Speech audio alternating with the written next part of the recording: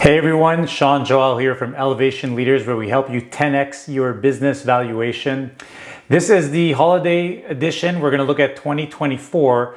I'm someone who's not a huge fan of building New Year's resolutions, but one thing that I do like to do is have a good look back on 2023, understand what happened, what were the celebrations, what were some of the failures, what can I learn from the past year, and also looking to the year ahead. I feel it's a very strong exercise to do to build your vision and prepare yourself for success. Now, there's a couple of ways that you can do this. The way I like to go about it is really looking at long term. So a little bit like we do in strategic planning on a business side, I'd like to kind of do that strategic planning on the personal side. So I'm going to look anywhere between 7 to 10 years out. And I know this is hard to do. It's not always easy to look at our lives and say, what is it going to look like in 10 years from now? But it's a really worthwhile exercise. So think about what you want to accomplish in 7 to 10 years. And I want you to think about the 4 buckets. These were taught to me by my mentor, Warren Rustand. The 4 buckets he recommends we look at in this specific order are personal, family, business, and community. You have to start with personal because if your personal well-being, if your personal vision, if personally you're not doing well, it's going to be very hard for the next 3 buckets to be well taken care of. So you really have to look at yourself from a personal perspective. What are your goals? What do you want to accomplish? And you got to think about your mental well-being, your physical health, your emotional and spiritual health as well. We like to call this PIES. So physical, intellectual, emotional, and spiritual. This comes from our 86.4, one of my business forums that we're in, where we try to maximize our 86,400 seconds in a day. And I really feel using those 4 components when you're building your personal vision will make quite an impact. And so you have to look at what are the things you want to accomplish at that level on a personal perspective. Then you go and move on to family, you go on to business, and then you finish it up all with your community. And when you're looking at this, as we talked about, you're starting with a 10-year vision, and then you're going to do a reverse engineering where you're going to look at the next year and say to yourself, okay, what are the major things that I need to accomplish in the next year if I want to continue towards this long-term vision? And then you're going backwards another step and you're going to reverse engineer to 90 days. And what we recommend doing in those 90 days is doing a start, stop, continue. What are the things you need to start doing? What do you need to stop doing? And what must you continue to do to hit your vision? And then another key component is considering your superpowers and your identities. So let's say, for example, that one of your goals is to be an incredible parent to your child. Well, what superpowers will you need to accomplish this? It's very likely you're going to need the superpower of patience, for example, because we know that children and teenagers can test our patience.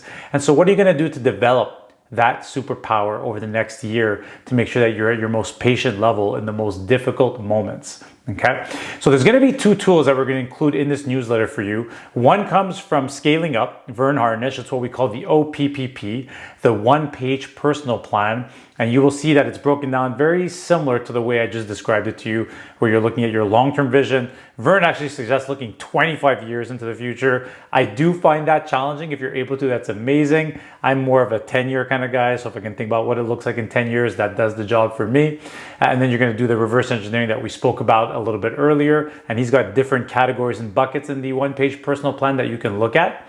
And the second link that we're going to give you is a tool called the Yearly Compass. I'm actually not sure who created the Yearly Compass, but the Yearly Compass is really an amazing tool that's going to allow you to basically go through a full introspection of your past year, so the past 12 months.